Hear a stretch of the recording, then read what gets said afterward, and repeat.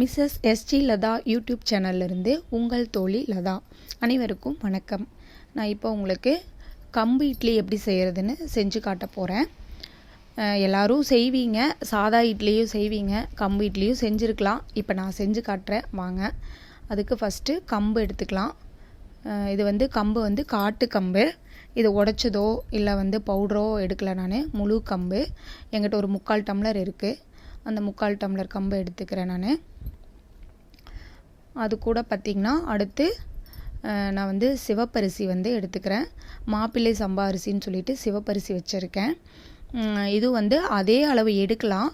ஆனால் இது ரொம்ப ஹார்டாக இருக்கும். அதனால் கொஞ்சம் இட்லி ஹார்டாக வரும். அதனால் கொஞ்சம் கம்மியாக எடுத்துக்கலாம். மற்ற அரிசியை விட இது கம்மியாக எடுத்துக்கலாம். அதனால் நான் ஒரு 3/4 பாகத்துக்கு கொஞ்சம் கம்மியாக எடுத்திருக்கேன். இந்த அளவுக்கு எடுத்திருக்கேன் நான். அது கூட பச்சரிசி சேர்க்கணும். பச்சரிசி பார்த்திங்கன்னா எந்த இட்லி அரிசி ஊற வச்சாலும் கொஞ்சம் 1/4 பாகம் பச்சரிசி சேர்த்துனிங்கன்னா கொஞ்சம் சாஃப்டாக டேஸ்ட்டாக இருக்கும் இட்லி. அதனால் நான் ஒரு 1/4 பாகம் பச்சரிசி சேர்த்திருக்கேன். அதையும் சேர்த்துட்டு அடுத்து இட்லி அரிசி 1 டம்ளர் எடுத்துக்கலான்ட்டு நான் நிறையா அரிசி ஊற வச்சு அரைக்க மாட்டேன். ஒரு 2 நாள் மட்டும் 2 நாள் 3 நாள் அளவு தான் வச்சுக்குவேன். ஒரு வாரத்துக்கெல்லாம் புளிக்க வச்சு ஃப்ரிட்ஜில் வச்சு அப்படி யூஸ் பண்ண மாட்டேன் நான். மினிமம் ஒரு 2 நாளில் யூஸ் பண்ணுற அளவுக்கு தான் செய்வேன். அதனால் எனக்கு இந்த அளவு போதும். உங்களுக்கு தேவையான அளவு எடுத்துக்கோங்க. உங்களுக்கு எவ்வளோ வேணுமோ. இட்லி அரிசி ஒரு 3/4 பாகம் போட்டிருக்கேன். இப்போ இதுக்கு எல்லாம் தேவையான அளவு பார்த்திங்கன்னா உளுந்து நம்ம சேர்க்கணும். அந்த உளுந்தும் பார்த்திங்கன்னா வெள்ளை உளுந்தும் சேர்க்கலாம், கருப்பு உளுந்தும் சேர்த்துலாம்.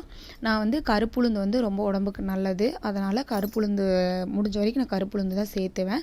இப்போ 4 டம்ளர் அரிசினா 1 டம்ளர் ஃபுல்லாக போடணும்னு சொல்லுவாங்க. நம்ம 3 டம்ளர் தான் போட்டிருக்கோம். அதனால் 3/4 நான் எடுத்திருக்கேன் நான். இது போதுமானது. இது கூட பார்த்திங்கன்னா வெந்தயம் சேர்க்கணும். வெந்தயம் பார்த்திங்கன்னா இந்த அளவுக்கு ஒரு 2 ஸ்பூன் அளவு இருந்தால் போதும். அதையும் சேர்த்திட்டேன் நான். சேர்த்து எல்லாம் கலந்து நல்லா தண்ணியில் நல்லா ஒரு 2-3 வாட்டி நல்லா கழுவி நல்லா இந்த மாதிரி சுத்தமாக வாஷ் பண்ணி எடுத்துகிட்டு ஊற வச்சுருங்க. தட்டு போட்டு மூடி. இப்போ நான் காலையிலேயே ஊற வச்சுட்டேன். ஒரு 8 மணி நேரம் நான் ஊற வைப்பேன். அப்புறம் அரைக்கும் போது பார்த்திங்கன்னா இப்போ அரைக்க போகிறேன். கொட்டமுத்துன்னு சொல்லுவாங்க, ஆமணுக்கும் சொல்லுவாங்க. இது தோல் நீக்கி அரைக்கும்போது இந்த ஸ்டேஜில் அரைச்சிட்டு இருக்கும்போது அதை தோல் நீக்கி இந்த மாதிரி சேர்த்தி இப்போ அரைச்சி நான் மாவு எடுத்துட்டேன். அந்த மாவுக்கு இந்த அளவுக்கு கல்லுப்பு சேர்க்குறேன். முடிஞ்ச வரைக்கும் கல்லுப்பு சேருங்க. கலந்து வச்சுட்டேன். நைட் ஃபுல்லாக ஆயிடுச்சு. இப்போ காலையில் திறந்து பார்க்குறேன் நான். பார்த்திங்களா, இந்த மாதிரி உதிரியாக உப்பி வந்திருக்கு மாவு. இப்படி உப்பி வந்தால் தான் அதுலேயே நம்மளுக்கு தெரிஞ்சிடும். இப்போ இதை கலந்து இட்லி ஊற்றி வைக்கலாம். நான் இப்போ இட்லி ஊற்றி வச்சுட்டேன். ஒரு 10 மினிட்ஸ் கழித்து பார்க்கலாம்.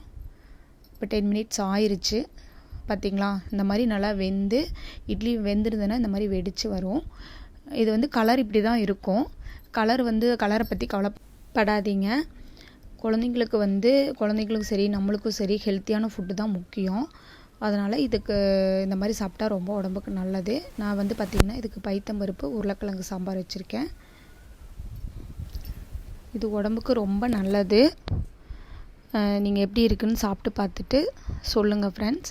இதுக்கு முடிஞ்ச வரைக்கும் இந்த மாதிரி சாம்பார், தக்காளி குழம்பு இந்த மாதிரி வச்சு சாப்பிட்டா நல்லாயிருக்கும். சட்னி அவ்வளோவா செட் ஆகாது.